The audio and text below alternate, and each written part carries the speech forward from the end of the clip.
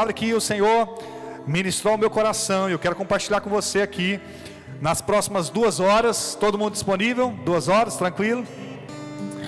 De boa, queridos. 25 minutos. Vou baixar de 2 horas para 25 minutos, mas eu preciso que você preste bastante atenção. Está lá na Epístola de Judas. Para quem não sabe, Judas tem apenas um capítulo, né? Então, se você encontrar aí a Epístola de Judas, lá no finalzinho já do Novo Testamento, nós vamos ver dos versículos 17 ao 23. Porém, já desafio você, nós vamos ver do 17 ao 23, mas depois, tarefinha para casa, você vai retornar no versículo 1 desse pequeno capítulo, se eu não estiver enganado, de 25 versículos, e você vai lê-lo inteiro, completo, combinado? Deixa eu abrir aqui também.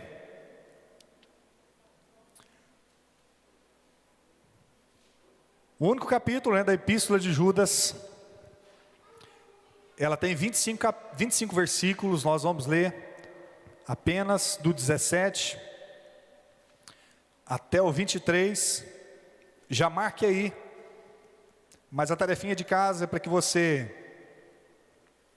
leia depois. Nós vamos entender aqui o porquê foi escrito, e nós vamos pegar aqui, eu separei essa palavra, né, um pequeno estudo praticamente, em 2 partes. Nós vamos falar dos avisos que foram dados a nós e dos conselhos, amém? O aviso é um alerta, queridos, de algo que vai acontecer. O conselho é algo que é dado a nós e nós obedecemos se nós quisermos, né? Não é verdade? E nós sabemos que nós não somos obrigados a nada, nem para o céu nós somos obrigados a ir. Então já dá para entender que nós somos livres, porém a nossa vida quem decide somos nós. Para onde nós vamos quem decide somos nós. Se céu ou inferno, a decisão é minha, é sua. Se vida ou morte, a decisão é minha e sua. A responsabilidade é grande, e aqui já nos dá a entender que é sério o assunto, é sério. O assunto de vida cristã, o assunto de salvação não é algo para ser levado na brincadeira, queridos, é sério. E é tão sério que o nosso adversário não dorme, e ele trabalha incansavelmente para tentar nos desviar do foco. E eu sei que muitos irmãos não estão hoje firmes na fé, porque deram ouvidos aos conselhos de Satanás e não aos conselhos de Deus, e por isso não conseguiram continuar a caminhada, e eles deram ouvidos aí às iscas de Satanás e caíram. E isso aconteceu muito, né, com o povo que o próprio Deus tirou do Egito. Deus tirou uma multidão do Egito para que todos fossem salvos, né? Ou melhor, para que todos alcançassem a terra prometida. Na caminhada, queridos, como todos são livres, muitos deram ouvidos aí à voz do diabo, né, de Satanás, e pereceram, morreram. Morreram porque Deus quis que morressem? Não, morreram por sua própria incredulidade. Então, vida ou morte, queridos, é uma decisão minha e sua. Tá bom? Você decide sobre o céu, você decide sobre o inferno, você decide sobre os prazeres desse mundo, ou você decide sobre a eternidade com Deus. Então, vida cristã é algo racional. Eu não vou à igreja que me dá mais emoção, eu não vou à igreja que tem o maior show, que tem o maior palco. Eu vou à igreja que prega a verdade, que prega a vida e vida eterna, queridos, amém? O texto que nós vamos ler, e a Epístola de Judas, é justamente um alerta sobre algo que acontecia já naquela época, e algo que acontece nos nossos dias, e nós vamos entender aqui daqui a pouquinho, com algumas palavras que o Senhor colocou no meu coração, para ministrar sobre a sua vida. Você que está em casa, preste muita atenção àquilo que o Senhor quer falar com você nesta noite, e se você se sentir à vontade, compartilhe aí com seus amigos, família, para que eles também sejam impactados com a poderosa palavra do Senhor. Epístola de Judas, no único capítulo, versículo 17, está escrito o seguinte: mas vocês, meus amigos, lembrem do que foi profetizado pelos apóstolos do nosso Senhor Jesus Cristo. Eles disseram a vocês: quando chegarem os últimos tempos, aparecerão pessoas que vão zombar de vocês, pessoas que não querem saber de Deus e seguem os seus próprios desejos. São essas pessoas que causam divisões, pois são dominadas pelos próprios desejos naturais e não têm o Espírito de Deus. Porém, vocês, meus amigos, continuem a progredir na sua fé, que é a fé mais sagrada que existe. Orem, guiados pelo Espírito Santo, e continuem vivendo no amor de Deus, esperando que o nosso Senhor Jesus Cristo, na sua misericórdia, dê a vocês a vida eterna. Tenham misericórdia dos que têm dúvidas, salvem outros, tirando-os do fogo, e para com os outros mostrem misericórdia com medo, odiando até as roupas deles manchadas pelos seus desejos pecaminosos. Pai, que a Tua palavra, que é viva e eficaz, possa penetrar o meu coração, Jesus. Eu sei, Jesus, o Senhor conhece o meu coração e sabe o quanto eu dependo de Ti, em todos os níveis. Eu dependo de Ti para levantar da minha cama a cada manhã, no ar que eu respiro, o alimento que eu como. Tudo, Senhor, vem de Ti, eu tenho consciência. Eu sei, Papai, que se o Senhor retirar de mim o Seu amparo, eu não existo. Então que cada um dos irmãos que estão me ouvindo agora entendam o quanto nós dependemos do Senhor, o quanto isso é sério, o quanto a palavra do Senhor é séria e ela precisa ser levada a sério. Que o Teu Espírito Santo vá de encontro a cada um dos que estão me ouvindo agora, Jesus. Aqueles que estão cegos, Papai, que venham a ver. Aqueles que estão estão sendo enganados pelos falsos ensinos dos nossos dias, que eles compreendam a Tua palavra, Jesus. É o meu clamor, e que essa palavra que é viva e eficaz penetre ao nosso coração e nos traga a vida, em nome de Jesus. Avisos e conselhos da epístola de Judas, né? O autor foi Judas, não Iscariotes. Você vai notar aí vários Judas que estão descritos na palavra. Se eu não estiver equivocado agora, são 6, se não me foge a memória agora, no Novo Testamento se trata de 6 Judas, né? E esse Judas aqui é irmão de Tiago, consequentemente meio irmão de Jesus, né? E ele já começa a sua epístola, se você voltar lá atrás, ele já começa essa epístola reconhecendo Jesus. Outrora, se você vê no início do ministério de Jesus, né, a sua própria família não acreditaram nele, mas agora Judas aqui, que é o meio irmão de Jesus, ele começa a sua epístola reconhecendo quem era Jesus, né? Aqui já entendemos a profundidade desses pequenos 25 versículos que tem muito a nos oferecer. Aí você me pergunta, pastor, por que esses 25 versículos foram escritos? O propósito principal dessa epístola é a advertência contra os mestres imorais e as heresias da época, né? Que colocavam em risco a fé dos cristãos. Era uma preocupação que ele tinha naquele momento, para que os cristãos não se desviassem dos caminhos do Senhor, ouvindo as heresias e os falsos ensinamentos que já estavam ativos naquele tempo. Judas estaria escrevendo contra os falsos mestres, né, que afirmavam que aos cristãos seria permitido fazer tudo quanto desejassem, sem temer o castigo divino. Aviso contra a apostasia ao cristianismo. Então a preocupação dele, queridos, é que os cristãos, provavelmente os recém-nascidos na fé, ao ouvirem os falsos ensinamentos dos falsos mestres, se desviassem dos caminhos. Porque em todos os tempos da história, presta atenção no que eu vou te dizer aqui, queridos, em todos os tempos da história, foi pregado a verdade, mas também em todo o tempo da história, alguém ou vários falsos profetas também pregavam um evangelho de facilidades, e nós sabemos que o evangelho de facilidades não nos leva ao verdadeiro caminho que nos leva ao céu. Então nem tudo aquilo que se ouve, queridos, é benigno para nos levar à fonte da vida eterna, que é Jesus.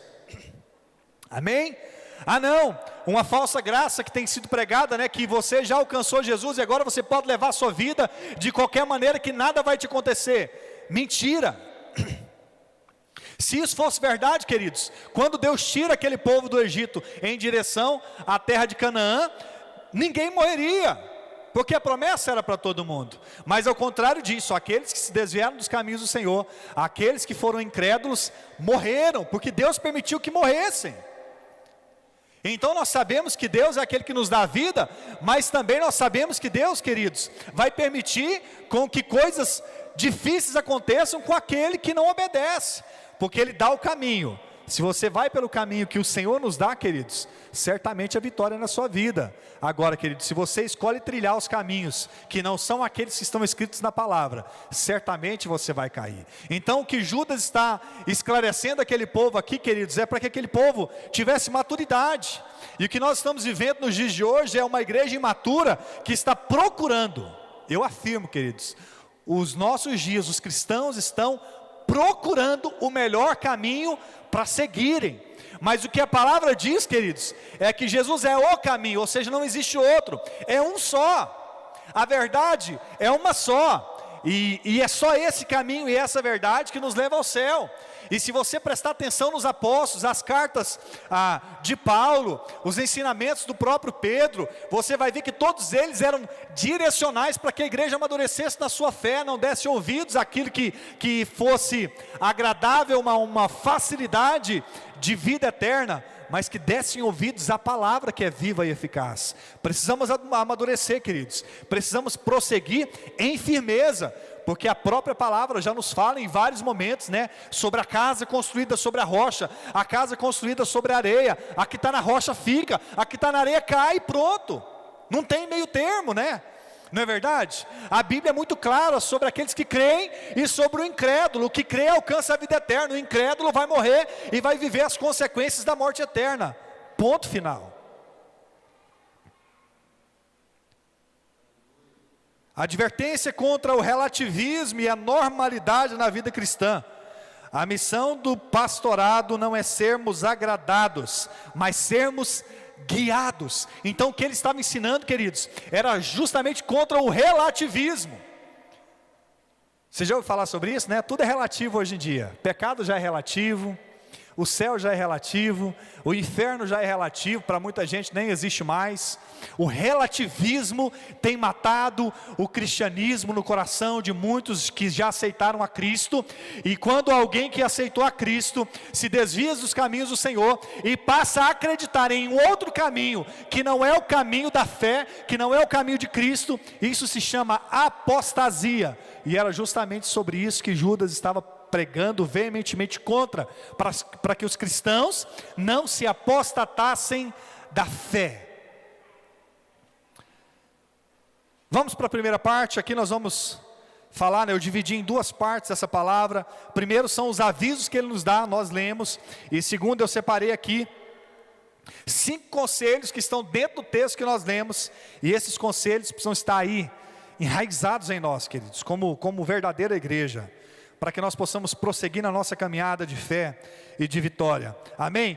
Que aviso que é esse? Quem estiver anotando, beleza. Quem não tiver, fique tranquilo, depois vai estar gravado no YouTube. Você pode entrar lá no canal BP Thiago Amaral e você vai ouvir toda essa palavra e vai ser bênção na sua vida. Amém? Olha aqui, ó, o aviso dele para a gente: quando chegarem os últimos tempos, aparecerão pessoas que zombarão de vocês. Isso já tem sido normal nos nossos dias, né? Queridos, nós estamos vivendo uma época onde as pessoas estão tentando descredibilizar o nome de Jesus. As pessoas estão zombando da fé. As pessoas estão tentando descredibilizar vida eterna, descredibilizar o céu, descredibilizar o evangelho, descredibilizar a palavra, descredibilizar a função pastoral. E isso já estava escrito na palavra, não é surpresa para nós. Então quando nós estamos vendo isso acontecer, é um alerta para nós, de que nós estamos no caminho certo, e que nós precisamos nos manter firmes, porque coisas piores acontecerão, e aquele que estiver enraizado na palavra permanecerá de pé, e aquele que estiver calambiando, meu querido, esse infelizmente está sujeito a cair. São essas pessoas que causam divisões, dando continuidade ao aviso, pois estão dominadas pelos seus desejos naturais e não têm o Espírito de Deus. Repito do início: quando chegarem os últimos tempos, aparecerão pessoas que vão zombar de vocês, pessoas que não querem saber de Deus e seguem os seus próprios desejos. Em outro texto diz, queridos, que nos últimos dias as pessoas levantarão para si os seus mestres, ou seja, elas vão escolher pessoas que pregam somente aquilo que elas querem ouvir. Elas vão procurar mestres ou pastores que estão ensinando somente aquilo que satisfaz o seu ego, o seu coração, porque as pessoas estão sendo cada dia mais egoístas. O cristianismo, queridos, ele precisa ser centralizado em Deus. As músicas que nós cantamos têm que centralizar em Deus e não em nós. O caminho que nós seguimos tem que levar a Deus e não a riqueza e não as pessoas. O resto é consequência, queridos. O resto é consequência. Quando nós estamos no caminho certo, as outras coisas, queridos, vão ser consequência na nossa vida. Vitória, bênção espiritual, material, tudo isso é consequência. Mas a nossa vida tem que ser centralizada na cruz de Jesus. E a advertência que nós temos, queridos, é que nos últimos dias as pessoas levantarão para si os seus profetas, né? Na medida de que querem ouvir, escolherão apenas aquilo que gostam de ouvir. Hoje muitas pessoas já não querem mais ir para o templo, porque no templo ele não tem como entrar no tablet e digitar a palavra que ele quer ouvir, mas em casa, queridos, muitas pessoas conseguem digitar, hoje eu quero ouvir apenas sobre prosperidade, então ele digita e vai aparecer milhares de palavras apenas sobre prosperidade. Não, hoje eu quero ouvir falar sobre ser vencedor, e ele pesquisa, queridos, ou seja, ele sempre vai ouvir somente aquilo que ele quer ouvir, mas o que Deus espera de nós, queridos, é que nós venhamos ouvir aquilo que nós precisamos ouvir. E a palavra que Deus tem para nós não é a palavra que eu quero ouvir, mas a palavra que eu preciso ouvir, porque aquilo que eu preciso é que me mantém de pé, não aquilo que eu quero. Porque se eu fosse viver por aquilo que eu quero, queridos, provavelmente eu faria um monte de besteira, e provavelmente a minha fé seria abalada. Amém, queridos? Então esse aviso era um aviso contra aqueles que banalizaram a fé e descredibilizaram Jesus, e aos que causam divisões entre o povo de Deus. Tudo isso é real, tudo isso é real. Amém? Vamos lá para os 5 conselhos. Eu já quase venci o tempo que eu pedi para vocês, então vai prolongando aí. O primeiro conselho aqui de Judas, nesses versículos que nós lemos, primeiro, ele escreve aí, olha, queridos, prossigam na fé. Fé é firmeza, fé é certeza, fé não é dúvida, fé não é pensamento positivo. Tem gente que acha que fé é pensamento positivo, eu penso e acontece, e tal, né? E vai acontecer. Não, queridos, fé é certeza. Fé não é pensamento positivo, fé não é palavra positiva, fé é convicção, é certeza. Então o primeiro conselho que ele dá, olha cristãos, olha vocês que já conheceram a Jesus, prossigam na fé, progridam na fé, permaneçam na fé, ou seja, permaneçam convictos mesmo quando outras pessoas disserem coisas contrárias. Isso é fé, é convicção de que se Deus falou, mesmo que as circunstâncias ao meu redor digam não, se Deus falou, é verdade, se Deus falou, vai acontecer. Isto é fé. Então, queridos, a necessidade, ou melhor, precisamos ser firmes, justamente agregando, né, aquilo que eu já tenho ministrado. Primeiro conselho de Judas aqui, prossigam na fé. Segundo conselho, orem guiados pelo Espírito Santo de Deus. Se você ler o texto, você vai encontrar. Isso aqui eu tirei aí exatamente do texto que nós lemos. Segundo conselho dele, orem, mas não orem apenas com palavras, mas orem através de um relacionamento, ou seja, orem, né, guiados, inspirados pelo Espírito Santo de Deus. Isso quer dizer, vocês precisam manter um relacionamento com o Espírito Santo de Deus. Amém? Glória a Deus. O que Jesus disse? Eu vou para o Pai, mas quando eu for, o Pai vos enviará o Consolador. Esse Consolador é o Espírito Santo de Deus, queridos. Então aqui o que Judas está falando, olhem, permaneçam firmes e se relacionem com o Espírito Santo. Primeiro e segundo conselho. O terceiro conselho, ele diz o seguinte, olha, e vocês precisam viver no amor de Deus. Esse conselho aqui é espetacular, queridos. Por que nós precisamos viver no amor de Deus? Porque só é possível expressar o nosso amor a Deus quando nós expressamos o nosso amor ao nosso irmão. Então quando ele fala, olha, vocês precisam viver no amor de Deus, é porque é no amor de Deus que nós expressamos o nosso amor a Deus. E o amor de Deus consiste, queridos, em nós amarmos uns aos outros e cumprirmos aquilo que a palavra nos diz. Prossigam na fé, progridam na fé, se relacionem com o Espírito Santo, porque Ele é consolador, Ele te exorta, Não é verdade? Aquele que se relaciona com o Espírito Santo, queridos, quando ele faz alguma coisa, quando ele pisa fora da faixa, o Espírito Santo fala: opa, opa, opa. É assim ou não é? Quando nós pecamos, queridos, e nós temos um relacionamento com Deus, o Espírito Santo acusa no nosso coração, e nós temos a convicção de que estamos fazendo besteira. Então essa é a importância de nos relacionarmos com o Espírito Santo de Deus, porque quando pisamos fora da faixa, Ele nos corrige e nos exorta. Então, queridos, nós precisamos orar e sermos guiados por esse Espírito Santo. Quarto conselho: tenham misericórdia dos que têm dúvidas. Ou seja, queridos, aqui ele está falando o seguinte: vocês não foram chamados para serem juízes. Cristão, crente, queridos, você converteu não foi para ser juiz, você converteu para ser discípulo.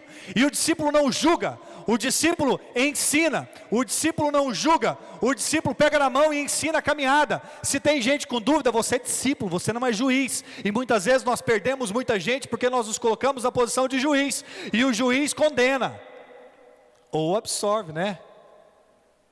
Nós não temos esse poder. E aqui o conselho dele: olha, tenham misericórdia dos que têm dúvidas, porque eles estão entre nós, queridos. E não estão errados em ter dúvidas, é porque não conhecem, e eles precisam conhecer. E a nossa missão é levar o Evangelho a eles, é ensiná-los, né? E não sermos juízes nos seus erros. Progridam na fé, orem guiados pelo Espírito Santo, vivam no amor de Deus, tenham misericórdia dos que têm dúvidas, e por último, salvem outros, os tirando do fogo. Em outras palavras, isso aqui é o resumo da nossa missão. Vão e façam discípulos. Ir e fazer discípulos, queridos, é nós resgatarmos pessoas que estão no império das trevas, é nós resgatarmos pessoas que estão presas, cativas. É o ministério de nós, é o nosso ministério, queridos, progredindo na fé, temos relacionamento com o Espírito Santo de Deus, cumprirmos o amor, amém? Temos misericórdia daqueles que têm dúvida, e principalmente precisamos ir até as pessoas que estão sendo escravizadas. Aqui fecha com chave de ouro 5 conselhos, queridos, que precisam estar enraizados sobre a minha vida e sobre a sua vida. Eu quero concluir com você. A Epístola de Judas é um resumo perfeito de como devemos nos comportar enquanto cristão. Esses 5 conselhos que nós sacamos aqui da Epístola de Judas, resume quase tudo que diz o Novo Testamento, queridos.